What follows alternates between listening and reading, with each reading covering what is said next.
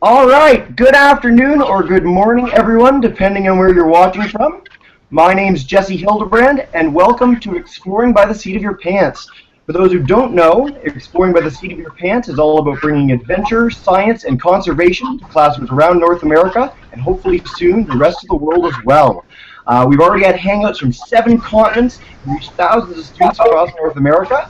So thank you so much for being here today and helping us grow even more. I'm thrilled to say we have 5 classrooms in right now. 1 more should be joining us as we keep going. So I'm going to demute your microphone so you can give a big shout out to everyone. First, Mrs. Huddy's class from Calgary, Alberta. Hi. All right, and then Miss Hopkins' class from Mitchell, Ontario. Hi. All right, Mrs. Haverstick's class from Coppell, Texas. Today. Mr. Greenfield's class from Freehold, New Jersey. All right. And Miss Kelly's class, you'll have to demute your own mic because I can't get it on my control panel. Miss Kelly's class from Huntington, New York. Tons of kids. Awesome, guys. All right.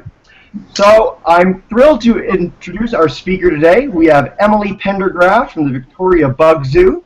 The Bug Zoo was opened in 1997, and for the past 19 years, they've been blowing the minds of kids and kids at heart around BC and around the world with over 40 tropical insects from around the globe. Emily is the animal ambassador there, which means she gets to showcase these cool bugs all the time. Without further ado, I'll turn it over to her so she can showcase the life in the undergrowth beneath your feet. Thanks so much for being with us today, Emily. Thank you so much, Jesse. All right, so my name's Emily, like he said, and I'm going to be showing you insects and arachnids from around the world. We're going to take a trip around the entire world today. So my helper over here is Jordan. He'll be the one handing me the bugs. Some of our bugs are alive, some of them not alive, but I'll try to make sure you can see them as close as possible to the camera to see how amazing they are. So we're going to start off with some basics about insects and arachnids. Raise your fingers. How many legs does an insect have? How many do you think? I might see a few 6s out there. Yes! Insects, they have 6 legs. How many legs do an arachnid have? Put your fingers up. 8 legs. Good job, you guys. So arachnids are like spiders and scorpions. They have 8 legs.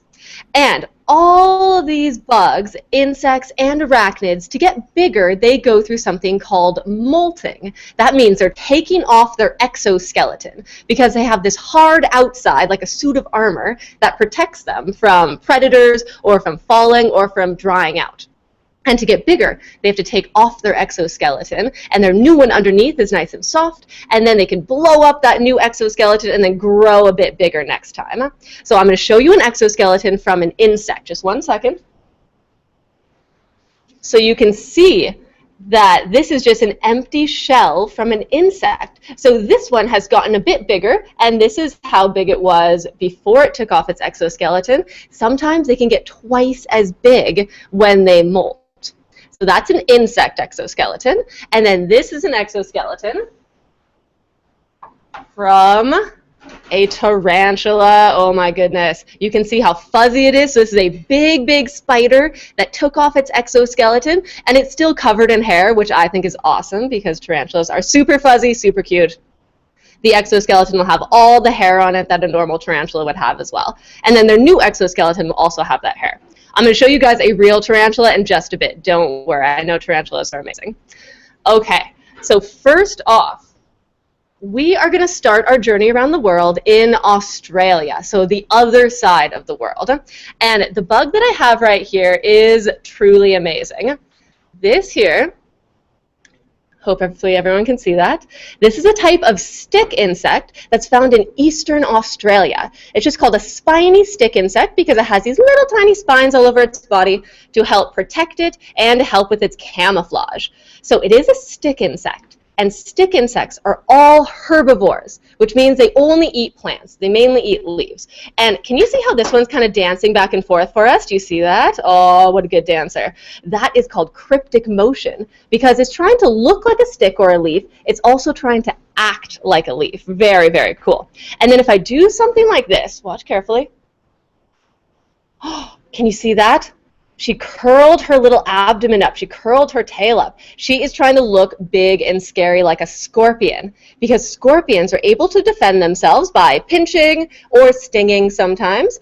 And she can't do any of that, but she's trying to look big and scary. So basically, stick bugs are trying to look like anything they're not. Trying to look like a scorpion, trying to look like a leaf to make sure they're not eaten by a predator. Oh, look how cute she is. I think she's going to wave bye to us. Look at this. Oh, bye-bye, little lady. All right, we're going to move on now, and we are going to go to North America, so where we all live. So this first bug I'm going to show you from North America is from the deserts in the south, so like Arizona, Texas, down into Mexico. So the classroom from Texas over here might know some of these beetles. So the one in my hand right here is a little blue beetle. He looks kind of like a blueberry. He's super cute. This little one here does something very funny when it gets scared. So watch carefully. I'm going to see if I can scare it. Ooh, ooh. Oh, I wasn't that scary. Just 1 second. These are brave beetles today. Okay, let me try with this guy. Ooh, ooh. Oh my gosh. Can you guys see that? He's pretending to be dead. So when these guys get scared, they roll over onto their back, they pretend to be a dead beetle because they are found in the desert, like I said. And in the desert, dead bugs don't taste very good. There's no water. They're all dried out and crispy. No one wants to eat a dead beetle. So he pretends to be dead. He can sit like this for 10 minutes, which is a pretty long time just pretending to be dead. Oh, obviously he's waking up because he realized that I'm not really that scary. But you can see he looks just like a little blueberry, super cute, and I didn't actually scare him. It was just half to death. All right, this little guy's going to go home too. Now, we have something else from North America that is very, very impressive. This right here is the largest moth found in North America. It's found on the East Coast, so some of us, like me, actually have never seen one in the wild, but maybe some of you guys have on the East Coast of Canada and the USA.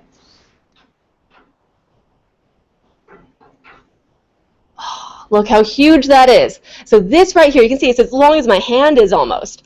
This is called a Cecropia silk moth. So this right here is what the adult looks like. And do we all know that caterpillars, they turn into moths and butterflies? Yeah. So caterpillars, they go through metamorphosis and then come out as a big moth or a butterfly. The caterpillar for this moth right here is almost as big as my hand is. It's a gigantic caterpillar that eats as much as it can find, leaves all day, every day. And then it makes a cocoon. So it spins a cocoon, that's what the cocoon looks like, and this is where the caterpillar goes through metamorphosis, where it changes its body shape to turn into a moth. So that's the cocoon. The cocoon stays there over the entire winter, and it only comes out in the springtime when the moth knows that it's going to be nice and sunny out. So the moth here, this one is not alive, as you guys can tell, but it's not super, super sad that it's not alive anymore because these guys, they only live 1 week. That is kind of sad, though. It's because when they come out of their cocoon, this moth doesn't have a mouth. All it does is live off the fat that it's stored up from being a caterpillar. So that is why the caterpillar has to eat as much as possible, store up a whole bunch of energy, and then the moth just lives off the fat from when it was a caterpillar, and that gives it about a week to live. So these moths are really, really big, really, really beautiful, but they only live about a week, maybe 2 weeks, because that's enough time to find a boyfriend, find a girlfriend, mate, lay some eggs, and then that's the end of their life. Poor guys.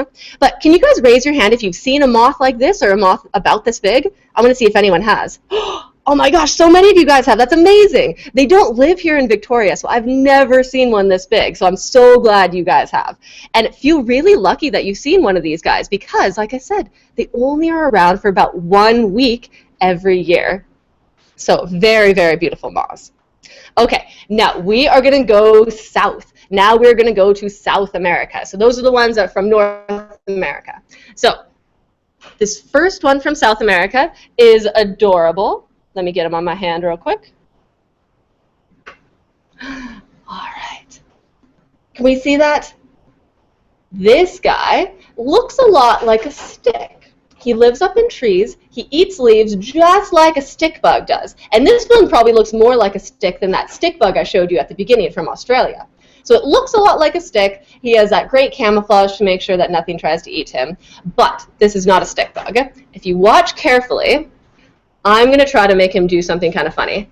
So when this little guy gets scared, I'm going to pinch him on the bum really gently. Watch what happens. Oh, just a second. Let me see if this will work. Okay, we kind of saw that. 1 second. I can't even pick him up. Oh my goodness. All live bugs. Okay, well, let's try that one more time so you guys can see. When I pinch him on the bum, did you see that? Hopefully a little bit. They actually jump and they do flips. So this is a grasshopper. It's not actually a stick bug. Even though it looks just like a stick bug, it is a grasshopper. So this one here is a boy.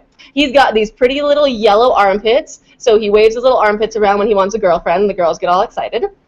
But his girlfriend is actually much, much larger. So let me just show you his girlfriend real quick. Just 1 second. The girls are usually bigger when it comes to insects because girls have to lay eggs. They have to have more energy than boys do. So boys can be nice and skinny. They can jump around a lot. But then the females are going to be much larger, so they have enough energy to lay eggs. So 1 second, I'll show you his girlfriend.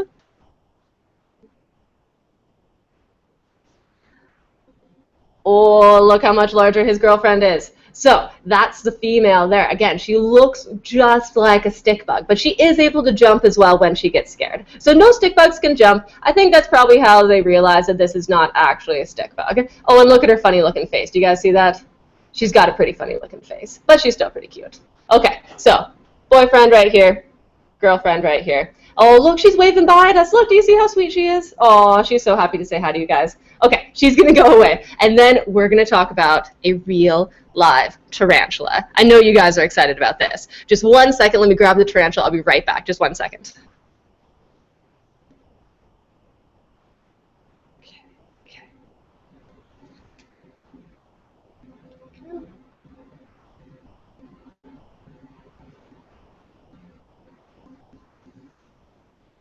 Oh my goodness. Raise your hand if you guys have seen a real live tarantula before. Oh, quite a few of us. That's awesome. So this lady right here is my very good friend. Her name is Marie. And Marie is from South America, just like that grasshopper we just saw. She is from Chile. She's a rose hair tarantula. Well, she's walking around a whole bunch today. So she's a rose hair tarantula. She is full grown. She is about 10 years old. So she might be older than a few of us over there. Raise your hand if she's older than you. Oh, yeah. So this lady here is 10 years old, but she's going to live to be about 20 or 25 years old. So tarantulas actually live a very, very long time. So Marie right here, you can see she is covered in hair. That is how she senses the world around her. So she does not have very good eyesight, so instead she has all these hairs, and that's how she senses movement. That's how she smells the world around her, so she can catch prey. She is a predator. All spiders eat other bugs. And she also can escape from predators when she feels them coming near. Okay, hope everyone can see her. She's a lovely lady. And just one more thing about her. Even though she's a big, big girl, she would never, ever bite a person. She actually has a very special way to protect herself that is not biting, because her bite is not that strong. If we can all look at her bum, see how fuzzy her bum is, her abdomen there. She's got lots of hair on her bum. Some of those hairs are like a porcupine quill. She's able to flick them off of her body into the face of whatever wants to eat her, and it feels really bad, like hundreds of paper cuts, really itchy. So that is how most tarantulas protect themselves, especially the ones that are from South America. So this lady here, she loves to say hi to people. She loves saying hi to you guys. Aww. Well, I can answer any questions you guys have about tarantulas in just a bit, but we're going to keep moving around the world, okay, so we can hit all the continents before we're done. Okay, let's all wave bye to Marie, okay? Bye. She's waving at you too. Okay, so now we're done with South America. Now we're going to move over to Europe. And unfortunately, the Bug Zoo doesn't have any bugs that are from Europe, but I'm going to tell you guys about a little spider called a black widow. Raise your hand if you've heard of a black widow before. Oh yeah, a lot of us might have even seen a black widow in our lives. They're found all over North America. So let me grab her real quick to show you. There she is. So this is a female black widow. They are found all over North America. They are the most venomous spider in North America. Oop. Oh, I unmuted the microphone. Sorry. Okay, there we go. So she is a very, very large girl. She's got a red hourglass on her tummy. That's how you can tell that it's a black widow.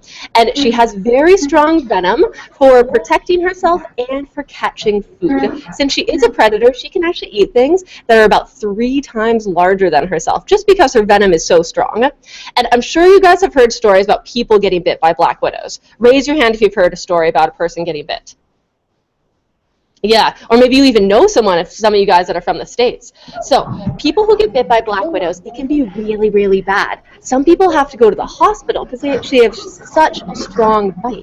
But then, I've also heard stories where some people say it's kind of like a bee sting, and that is it. So it does depend on the person how bad it is, but there is an anti-venom as well. So if you know you've been bit by a black widow, go to the hospital, get the anti-venom. Usually you're good within an hour. But if you guys ever see a big black spider in an outhouse or in a wood pile or anywhere, don't go picking it up, okay? Don't stick your fingers into big tangly webs, because if you do get bit by a black widow, it can be pretty bad. And Europe does have widow species of their own. Not this one. This one is from North America. But they do have widows actually on every single continent. Everywhere has black widows or relatives of a black widow. Okay, now we are going to move on to Africa because we have some really cool bugs from Africa. Hi, really quick, Miss Garza's class has joined us. That's awesome. If you guys would be so kind as to mute your mic just really quick so we can make sure to see Emily and everyone can see all the cool bugs she has, that would be awesome. Thanks so much, guys.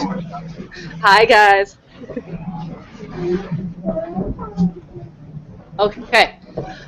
Are we ready to see a scorpion?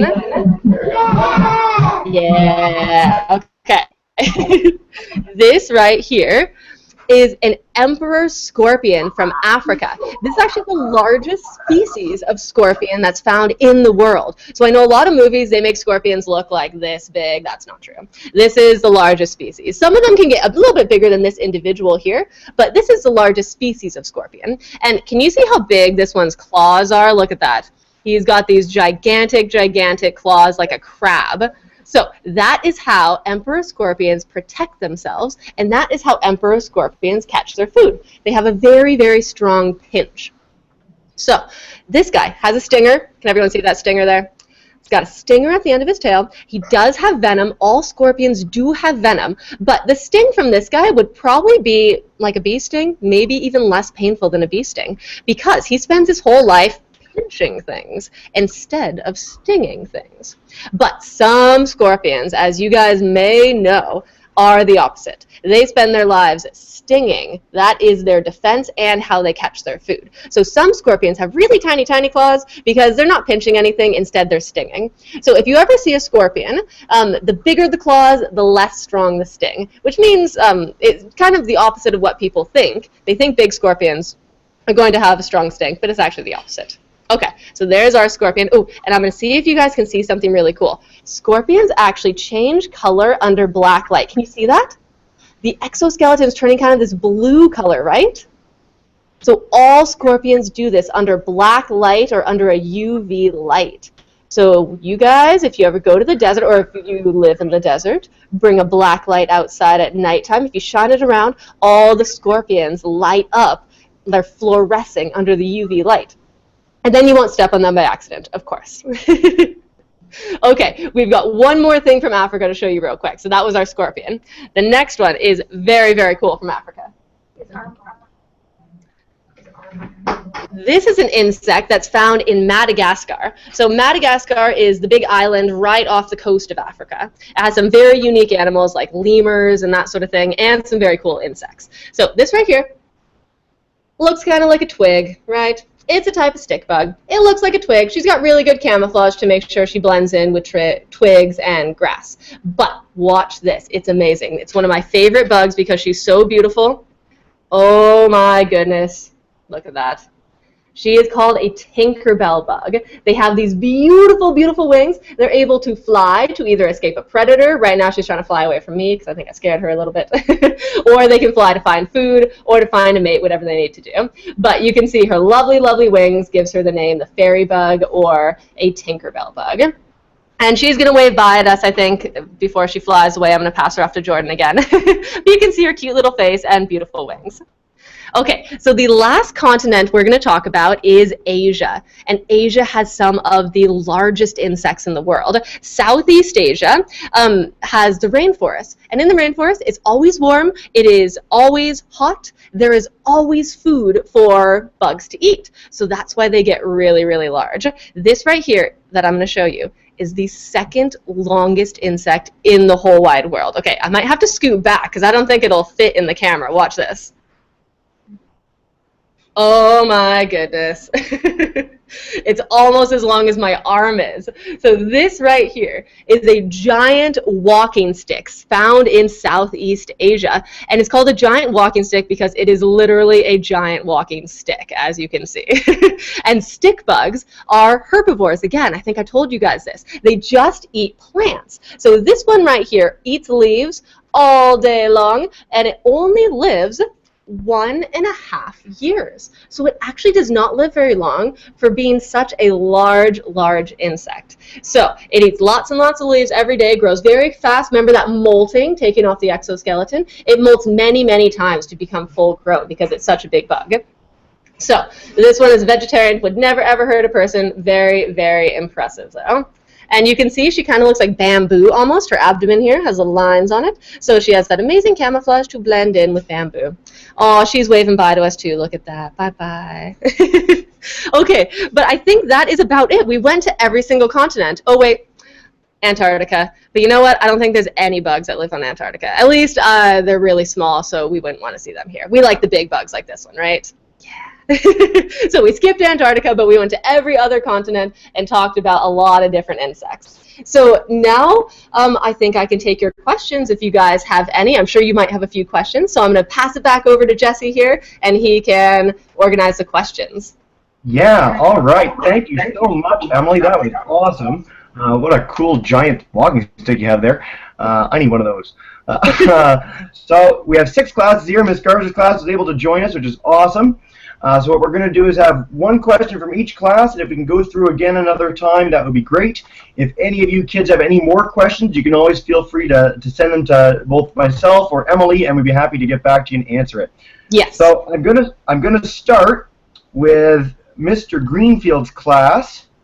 So if any students from there have any questions, you can come up to the camera and ask them to Emily, okay? Hi, I'm Courtney. I was wondering, before you started your job, did you like insects? Oh, I did. I was always that little kid who was out digging up worms in the garden and everything like that, and I had little roly-polies. I'm sure you guys know what roly-polies are. I had a bunch living under my bed. My parents weren't very happy about that, but I had roly-polies living under my bed all the time. So I always liked bugs, but I had actually never held a tarantula until I started my job here at the Bug Zoo, and I was kind of scared of tarantulas because they were such a big spider. But then after I met one, I realized how nice they were. So I always liked bugs, but this job helped me realize how amazing and friendly they all are. That's a very good question. Thank you. Awesome. Thank you, Courtney. All right, so now we're going to go to Miss Hopkins' class. Demute your mic. No. Come on. Get up here.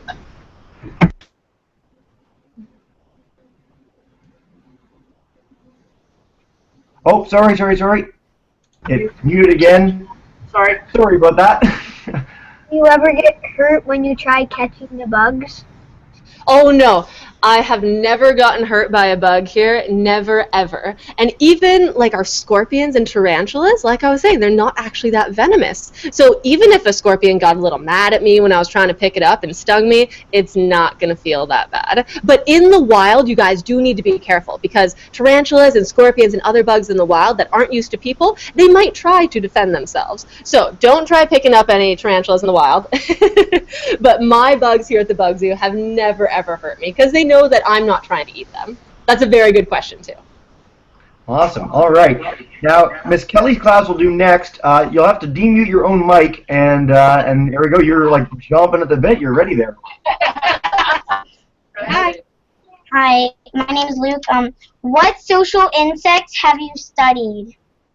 Oh, that is an amazing question. So for everyone who doesn't know what a social insect is, that is an insect that lives in a big family group. So for an example, that would be like honeybees who live in a beehive, or ants that live in an ant colony. So actually here at the Bug Zoo, we have a huge ant colony of leafcutter ants. So I have spent a lot of time researching ants just because I get to watch them every single day, and it's amazing. Our ant colony here has 2 million ants in it, and only one queen. So they're all relatives. That one queen can lay thousands of eggs every single day.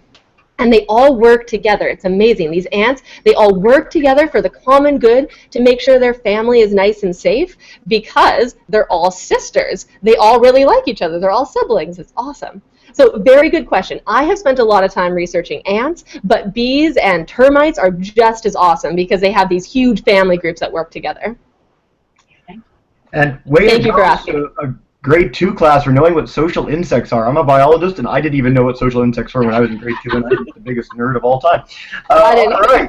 So next, we'll go over to Mrs. Garza's class. Again, if you could demute your own mic, that would be awesome. And thanks so much for joining us halfway through. Hello. Can you hear us? Yeah, we can hear you. All right, Isaiah, ask your question nice and loud. Where does the tarantula sleep? Did you hear that? Where does the tarantula sleep? Is that what you asked? Where do tarantulas sleep? Yeah. That's what he wants to know. So Emily? Where do they sleep? Okay. So, can everyone hear me? Yep. Hello? Ms. Garza's class, sorry. Emily? Yes, we can hear you. Awesome. Okay. All right, so where do tarantulas sleep? That's a very good question. Most tarantulas actually live under the ground. They find like a burrow or they dig a little cave or something like that because they don't want to get eaten. And they normally only come out at nighttime. So most tarantulas sleep under the ground and we basically never see them, only when they're wandering around if they're really hungry or if they're trying to find a mate or something like that. And they don't really sleep like we do. They just kind of take little like power naps, really quick naps. They don't sleep like 8 hours a day like we do or more. Very cool. Thank you. Perfect. All right, so we're going to go to Mrs. Haverstick's class. And let me demute your mic. So, about how big is the largest bug in the world? That is a very good question. So I can answer that a few ways. The longest insect in the world is a type of stick insect from Southeast Asia. It is called Chan's megastick. So it is even longer than that one that I had in my hand before. It's huge, huge. Very, very long insect. And then the heaviest insect in the world is a type of rhinoceros beetle. So a really big beetle that's found, I believe, in Southeast Asia. And it's like a gigantic beetle that's just really, really fat. And then I'll show you actually the largest type of spider. Just 1 second, I'm going to grab it, then I can show you the biggest spider. Yeah, one! Thank you for You guys excited for the biggest spider in the world? I think so. Oh my goodness, it's almost as big as my head is. So that is an example of a Goliath bird-eating tarantula. That is the largest type of spider in the world. Their leg span can be almost like a dinner plate. Oh my god, do you see those teeth? Ooh, she's got big teeth for eating anything she can find. So that's the biggest spider in the world. That was an amazing question. Awesome, and then last but not least, we'll go to Mrs. Huddy's class. I am so glad. Unmute. Yes. Yeah, do you read it? What? Have you ever held a giant huntsman spider in your hand before? That is a great question, too. Unfortunately, I have never held a giant huntsman spider, but people do all the time. They're these really big spiders, for you guys who don't know, that normally live in Australia. They are the longest leg span of any spider. They can be gigantic, like almost 2 hand size, so double my hand with how big they are. We have some here at the Bug Zoo, but they're a lot smaller than that, and I've never held one in my hand because they're really fast, and I don't want them to escape, because then I would have to spend the rest of my day looking for them. So I've never held one, but it's totally fine to hold them. They're not going to hurt a person unless you make them scared. Okay, and I also know how to catch them from a TV show. Oh, you do that? Awesome. I don't know if I'd be fast enough to catch one. Maybe I'll try someday. I want to watch this TV show. That's what I want to see. Yeah. All right. Awesome questions, guys. Well, we have enough time. We've only been half an hour. So I'm going to go back through, and everyone can ask one more question. And again, if you have any more, you can always email me or Emily, and we'd be happy to get back in touch with you and answer anything. So we're going to go back to Mr. Greenfield's class in just a second. There we go. All right. Your mic is on. You can ask away. Ask away. Why do you enjoy bugs so much? Why do I enjoy them?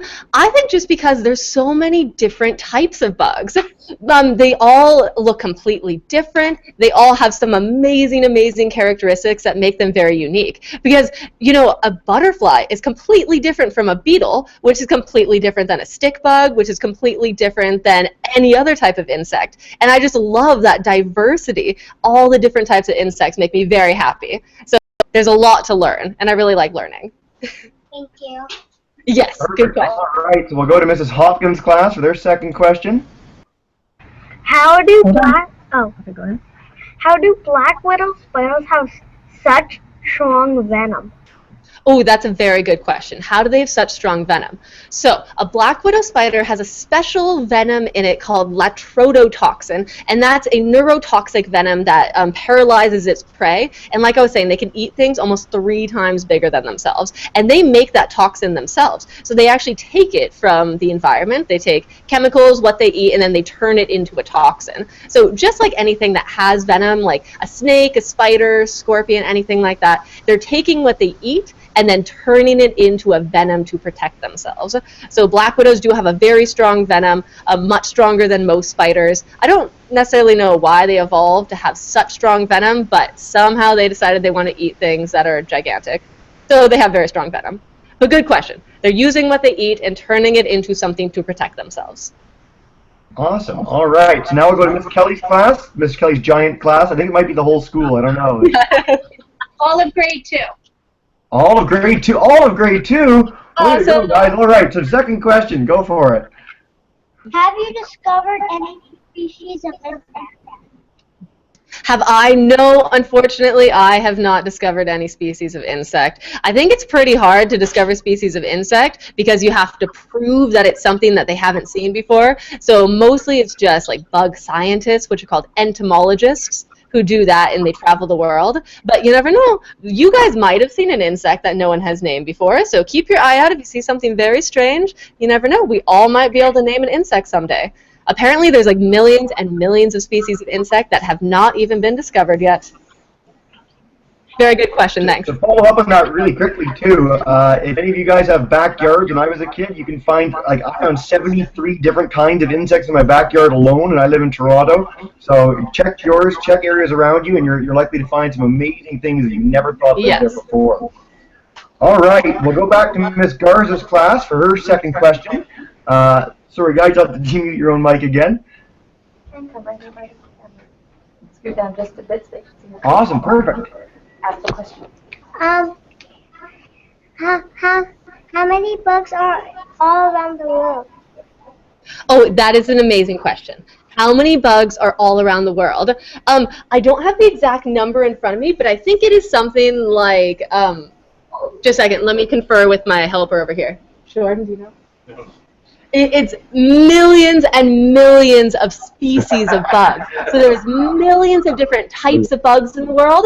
And I will tell you something that's really cool. So remember that little blue beetle that I showed you guys? So that's a type of beetle. And So 1 in 4 animal on the planet is a beetle. So imagine everyone in your class. 1/4 of you would be a beetle if you represented every single animal on the planet. So that's another reason why I love bugs, because there's so many of them. Yeah, 1/4 of every living thing on the planet is a beetle. Pretty cool. But thanks for that question. Sorry, I don't know the exact answer. Awesome. All right, so I'll go back to Mrs. Haverstick's class. Let me demute your mic. My name is Verza. What type of spider is the strongest type of silk? Silk. For its web. Can you repeat that real quick? Yeah. What type of spider spins the strongest type of silk for its web? Oh, that is a very good question. So the strongest silk in the world is called dragline silk. And the spiders that make dragline silk include black widows, like that black widow I showed you, and some orb weaver spiders that live in the tropics. They make these really big webs for catching food. So the black widow that you see here, she has one of the strongest silks in the world. And spider silk is amazingly strong. It is stronger than steel of the same size and thickness. So one of the answers would be black widow, and then also orb weavers. Thanks for that question. Cool. And then last but not least, we'll go back to Ms. Huddy's class for the final question. All right. Hi, my name is Mateo. How many eggs does the queen bee lay a day? Okay, that's a very good question. I'm going to answer how many an ant lays, because I know about ants a little bit better. So a queen ant can lay an egg every 3 seconds. So 1, 2, 3, egg. 1, 2, 3, egg.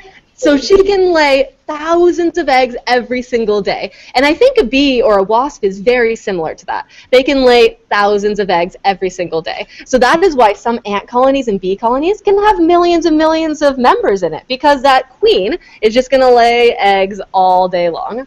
All the queen does is lay eggs and eat. What a life. Awesome questions, guys. All right, so I'm going to demute everyone's mics. Miss Kelly and Mrs. Garza, you can demute your own too, and everyone can say a big thank you so much to Emily in just a second.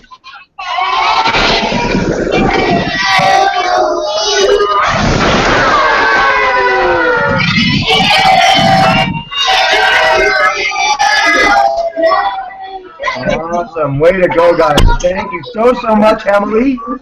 Yes, thank you everyone for listening. It sounds like you guys are bug lovers. You know more about bugs than I did when I was your age. So thank you so much for listening. All right, and looking forward to having all your classes exploring by the seat of your pants again soon. Emily, I look forward to having another hangout with you. And guys, have a lovely rest of your day. Thanks so much, and enjoy the rest of your school day, guys. Yes, thank you.